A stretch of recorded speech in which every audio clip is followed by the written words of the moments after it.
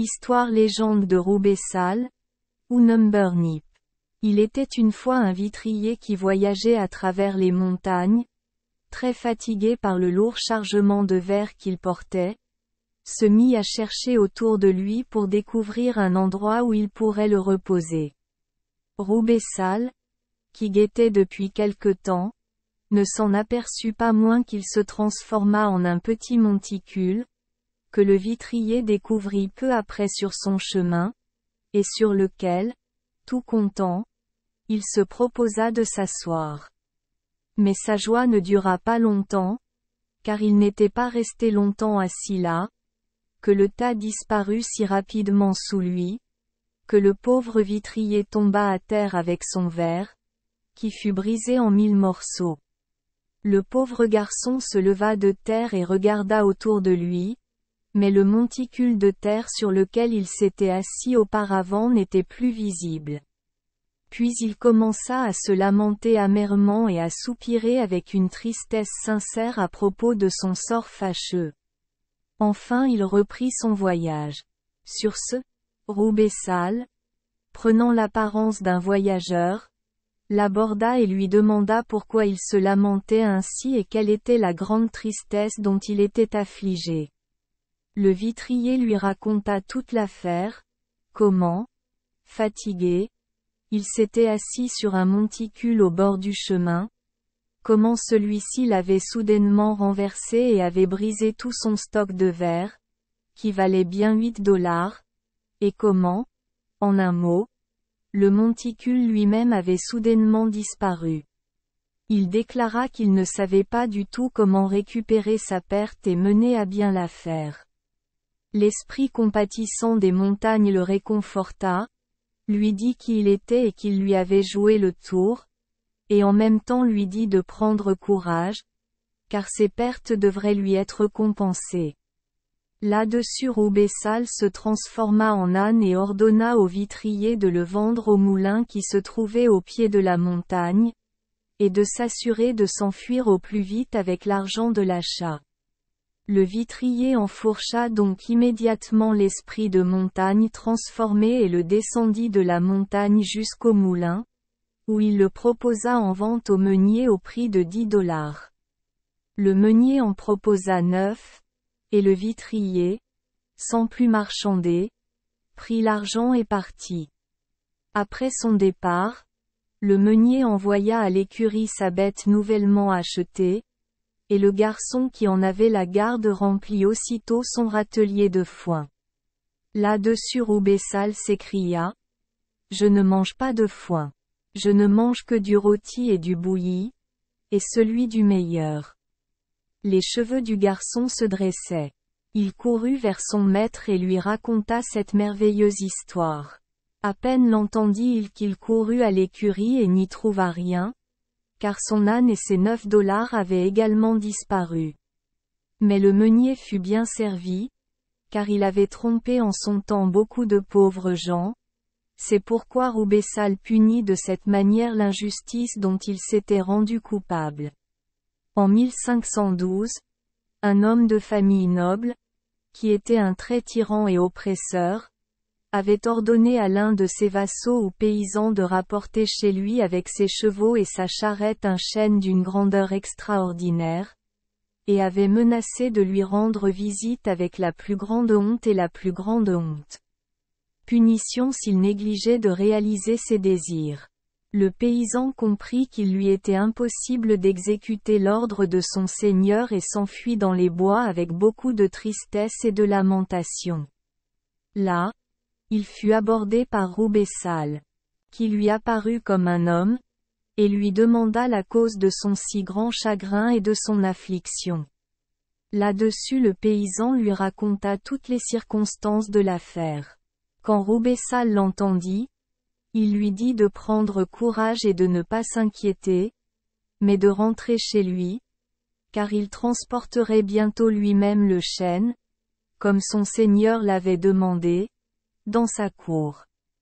À peine le paysan fut-il bien rentré chez lui, que Roubaix-Salles prit le chêne monstrueux, avec ses branches épaisses et robustes, et le jeta dans la cour du noble, et avec son tronc énorme et ses nombreuses branches épaisses, si étouffé et bloqué par l'entrée que personne ne pouvait entrer ni sortir.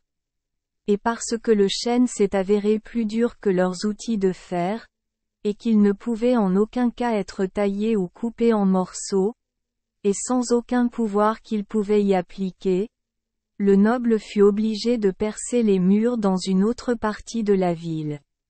La cour, et faire construire une nouvelle porte, ce qui n'a été fait qu'avec beaucoup de travail et de dépenses.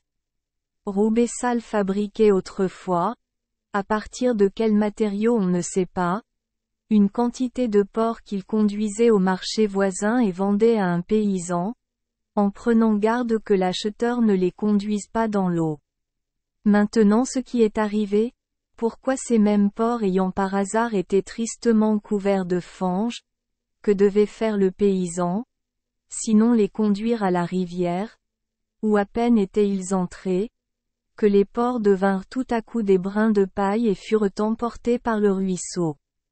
L'acheteur était d'ailleurs obligé de supporter la perte, car il ne pouvait ni retrouver ses porcs, ni retrouver la personne à qui il les avait achetés.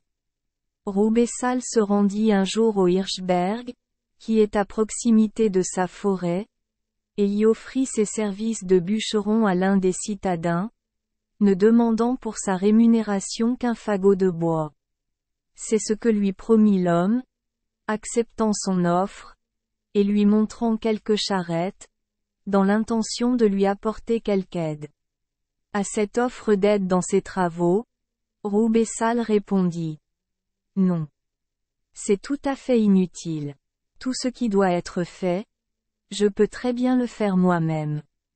Sur ce, son nouveau maître fit quelques recherches supplémentaires, lui demandant quelle sorte de hachette il avait, car il avait remarqué que son prétendu serviteur n'en avait pas. Oh, dit Roubeissal, je vais bientôt me procurer une hachette. En conséquence, il posa les mains sur sa jambe gauche, et arracha celle-ci ainsi que son pied et tout le reste au niveau de la cuisse, et avec cela coupa, comme s'il était devenu fou, tout le bois en petits morceaux de longueur et de dimension appropriées en environ un quart d'une heure, prouvant ainsi qu'un pied démembré est 1000 fois plus efficace à de telles fins que la hache la plus tranchante. Pendant ce temps, le propriétaire, qui voyait clairement qu'un mal était prévu, n'arrêtait pas de demander au merveilleux bûcheron de renoncer et de vaquer à ses occupations. Roubeissal, cependant, ne cessait de répondre « Non, je ne bougerai pas d'ici avant d'avoir coupé le bois aussi petit que je l'ai convenu et d'avoir reçu mon salaire pour cela. » Au milieu de ces querelles, Roubeissal acheva son travail et revissa sa jambe, car pendant son travail il se tenait sur une jambe, à la manière d'une cigogne. Puis il rassembla en un seul paquet tout ce qu'il avait coupé, le plaça sur son épaule et partit avec lui vers sa retraite favorite, sans se soucier des larmes et des lamentations de son maître. À cette occasion, Roubeissal n'apparut pas comme un esprit plaisant ou espiègle, mais comme un vengeur de l'injustice, car son employeur avait incité un certain nombre d'hommes pauvres à apporter du bois chez lui, moyennant la promesse de leur payer un salaire qui, cependant, il ne les avait jamais payés. Roubeissal déposa à la porte de chacun de ces pauvres hommes autant de bois qu'il emportait qu'il pouvait leur en rendre, et ainsi l'affaire fut terminée en bonne et due forme. Il arriva un jour qu'un messager contraria ou joua quelque tour à Roubeissal, qui se vengea de la manière suivante et effaça ainsi le compte. Le messager, au cours d'un de ses voyages à travers les montagnes, entra dans un hôtel pour se rafraîchir et plaça sa lance, comme d'habitude, derrière la porte. À peine l'avait-il fait que Roubeissal enleva la lance, se transforma en une lance semblable et prit sa place. Lorsque le messager, après s'être reposé, repartit avec la lance et eut parcouru un certain chemin dans son voyage, elle commença à glisser de temps en temps de telle manière que le messager commença à s'enfoncer dans la boue la plus intolérable. Et s'est malheureusement fait éclabousser. Cela se produisait si souvent qu'il ne pouvait finalement pas dire véritablement ce qui était arrivé à la lance, ni pourquoi il continuait à glisser en avant avec elle au lieu de s'emparer fermement du sol. Il la regardait de long en large, de côté, d'en haut, d'en bas, mais malgré toutes ses tentatives, il n'a pu découvrir aucun changement. Après cette inspection, il avança un peu, quand tout à coup il se retrouva plongé dans le bourbier et se mit à crier « Malheur à moi! Malheur à moi !» à sa lance, qui l'a conduit dans de telles égratignures, et n'a rien fait pour l'en libérer. Finalement, il se redressa une fois de plus, puis il tourna la lance dans le mauvais sens vers le haut. À peine l'avait-il fait qu'il fut poussé en arrière au lieu d'avancer, et se retrouva ainsi dans une situation pire que jamais.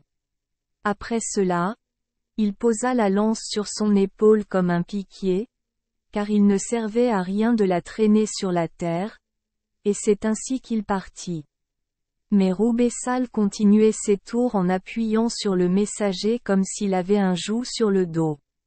Il changea la lance d'une épaule à l'autre, jusqu'à ce qu'enfin, par grande lassitude, il jeta l'arme ensorcelée, s'imaginant que le malin devait la posséder, et partit sans elle. Il n'avait pas parcouru plus d'un quart de mille, lorsque, regardant négligemment autour de lui, il fut étonné de trouver sa lance à son côté. Il était terriblement effrayé et ne savait pas quoi en penser. Enfin, il osa hardiment mettre la main dessus. Il le fit et le souleva, mais il ne pouvait concevoir comment il devait le porter. Il n'avait plus envie de le traîner sur le sol, et l'idée de le porter sur son épaule le faisait frissonner. Il décida cependant de l'essayer à nouveau, le portant à la main. De nouveaux troubles surgirent alors. La lance pesait si lourdement qu'il ne pouvait pas la bouger à un pied de l'endroit, et bien qu'il essaya d'une main puis de l'autre, tous ses efforts furent vains. Enfin, il se rappela qu'il chevauchait la lance, comme un enfant chevauche un bâton. Un changement merveilleux s'est produit maintenant. Dans l'arme, il courait comme s'il s'agissait d'un cheval léger, et ainsi le messager monta sans cesse jusqu'à ce qu'il descende la montagne et entre dans la ville, où il suscita l'émerveillement, la joie et le rire des dignes bourgeois. Bien qu'il ait eu quelques ennuis au début de son voyage, le messager pensait avoir été amplement compensé à la fin, et il se consolait en décidant que dans tous les voyages futurs qu'il était destiné à accomplir, il chevaucherait son agile lance. Ses bonnes intentions furent cependant contrecarrées. Roubeissal avait joué son jeu et s'était amusé avec le pauvre fripon. En conséquence, il s'éloigna en courant, laissant à sa place la véritable lance, qui ne jouait plus jamais de tour, mais, à l'instar des autres lances, accompagnait son maître d'une manière convenable et ordonnée. Une pauvre femme, qui gagnait sa vie en cueillant des herbes, se rendit un jour, accompagnée de ses 2 enfants, à la montagne, emportant avec elle un panier pour cueillir les plantes, qu'elle avait l'habitude de jeter aux apothicaires. Ayant découvert par hasard une vaste étendue de terre couverte des plantes les plus estimées, elle s'occupa tellement à remplir son panier qu'elle s'égara et fut troublée de savoir comment revenir au chemin d'où elle s'était éloignée. Tout à coup, un homme habillé en paysan apparut devant elle et lui dit « Eh bien, bonne femme, que cherchez-vous avec tant d'inquiétude? Et où voulez-vous aller? Hélas, répondit-elle, je suis une pauvre femme qui n'a ni bouché ni soupé, c'est pourquoi je suis obligée d'errer pour cueillir des herbes, afin d'acheter du pain pour moi et mes enfants affamés. Je me suis égaré et je ne trouve pas, je vous en prie. Homme bon, ayez pitié de moi et conduisez-moi hors du fourré dans le bon chemin, afin que je puisse faire le meilleur chemin pour rentrer chez moi. Eh bien, ma bonne femme, répondit Roubaissal, car c'était lui, faites-vous plaisir. Je vais vous montrer le chemin. Mais à quoi vous servent ces racines? Elles ne vous serviront à rien. Jetez ces déchets, et ramassez de cet arbre autant de feuilles qu'il en faudra pour remplir votre panier. Vous constaterez qu'elles répondent bien mieux à votre dessein. Hélas, dit la femme, qui en donnerait un sou, ce ne sont que des feuilles vulgaires et bonnes à rien. Soyez avisée, ma bonne femme, dit Roubaissal. Jetez ce que vous avez et suivez-moi. Il répéta son injonction encore et encore en vain, jusqu'à ce qu'il se lasse, car la femme ne se laissait pas convaincre. Enfin, il s'empara du panier, jeta les herbes de plein fouet et les remplaça par des feuilles des buissons environnants. Quand il eut fini, il dit à la femme de rentrer chez elle et la conduisit dans le droit chemin. La femme, avec ses enfants et son panier, parcourut une certaine distance. Mais il n'était pas allé bien loin qu'elle aperçut des herbes précieuses poussant au bord du chemin. Dès qu'elle les aperçut, elle eut envie de les cueillir, car elle espérait obtenir quelque chose pour eux, tandis que les feuilles dont son panier était rempli n'étaient, pensait-elle, bonnes à rien. Elle vida donc son panier, jeta les détritus, comme elle l'estimait, et l'ayant rempli de nouveau de racines, elle se rendit à sa demeure de Kirchdorf. Dès son arrivée chez elle, elle nettoya les racines qu'elle avait cueillies de la terre qui les entourait, les attacha soigneusement ensemble et vida tout du panier. Ce faisant, quelque chose de scintillant attira son attention et elle commença à examiner attentivement le panier. Elle fut surprise de découvrir plusieurs ducats collés à la vannerie, et c'étaient évidemment ceux des feuilles qui restaient de celles qu'elle avait si inconsidérément jetées dans les montagnes. Elle se réjouissait d'avoir conservé ce qu'elle avait, mais elle était de nouveau très vexée de n'avoir pas pris soin de tout ce que l'esprit de la montagne avait rassemblé pour elle. Elle revint en toute hâte à l'endroit où elle avait vidé le panier, dans l'espoir d'y retrouver quelques feuilles. Mais ses recherches furent vaines, ils avaient tous disparu. Merci les enfants des Esperluette Croisillon 39. Avoir écouté des contes de fées au jour Esperluette Croisillon 39. Oui. Espérons que les histoires apporteront aux enfants des moments heureux et significatifs. Si vous aimez notre chaîne, veuillez appuyer sur le bouton S Esperluette Croisillon 39. Abonner, pour ne manquer aucune histoire intéressante. Je vous souhaite une bonne nuit de sommeil et de beaux rêves. Rendez-vous dans la prochaine histoire.